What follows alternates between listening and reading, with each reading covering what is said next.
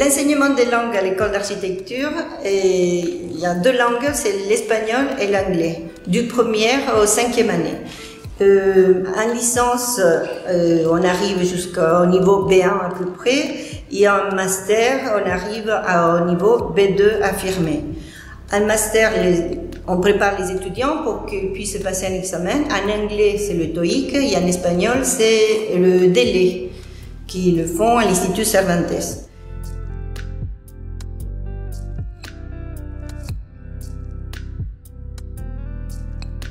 Moi, je suis enseignante d'espagnol. Alors, le cours d'espagnol, c'est pas que de la grammaire, de la conjugaison ou de l'enseignement espagnol proprement dit.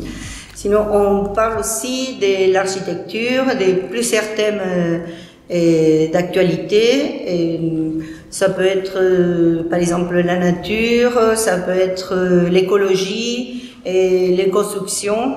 Et après, on fait des présentations et des expositions, comme vous pouvez voir ici, par exemple, il y a la nature, et après, on va le travailler en architecture. Comment l'homme, par exemple, s'inspire de la nature pour construire. Alors, tout ça, en amont, on prépare un vocabulaire technique, il y a toujours la grammaire qui est adaptée, et pour que les étudiants puissent être à l'aise dans son discours en espagnol. Et quand on travaille l'écologie, on va travailler aussi l'environnement, le matériau écologique. Après, on fait, par exemple, en deuxième année, on fait c'est S2, et on travaille les matériaux. Et les matériaux, là, on va travailler les constructions en plusieurs sortes de matériaux, en paille, en bois, matériaux aussi insolites, le verre, et après, et chaque fois, les étudiants, ils présentent des constructions faites dans ces différents matériaux. On a une unité que j'appelle l'unité maquette. On travaille en collaboration avec le responsable de l'atelier maquette, où les étudiants ils préparent une maquette. Il faut préparer une maquette en 2 heures. Bon. Il ne s'agit pas qu'il soit une maquette parfaite. Ce qui les intéresse, c'est qu'ils maîtrisent le vocabulaire pour travailler dans l'atelier maquette. On a le laboratoire de matériaux, l'atelier maquette. Après, on a le projet, l'unité de projet et tout le vocabulaire lié à la présentation d'un projet.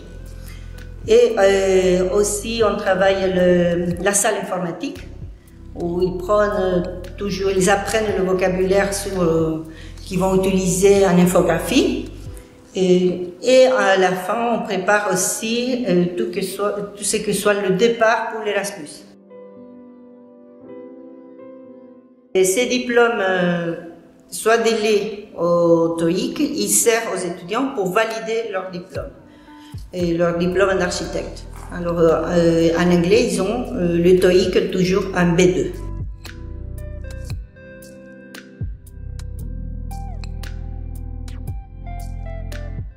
En master, les thèmes sont plus variés parce qu'il y a beaucoup d'actualités. Et les étudiants ils présentent, on travaille beaucoup sur des thèmes quotidiens, et toujours en travaillant la grammaire, la conjugaison, et aussi on travaille la préparation à l'examen des DELE. C'est le diplôme des langues espagnoles qui passe à l'Institut Cervantes. C'est un examen qui a 4 épreuves, une compréhension auditive, une compréhension de lecture, une expression écrite et une expression orale. Alors les étudiants ils arrivent à un niveau B2 affirmé en 5e année, et certaines avec un C1 ou un C2.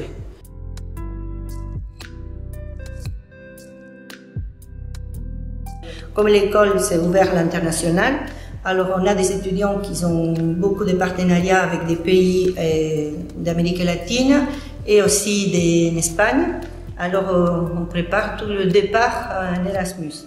Ça comporte la rédaction des documents, la préparation des CV, et pourquoi pas un entretien d'embauche, tout ce qui soit lié au monde du travail aussi. Alors, il y a la situation de la femme dans le monde du travail, la conciliation entre travail et famille, voilà, plusieurs thèmes qui vont lier et ils vont se développer autour du travail.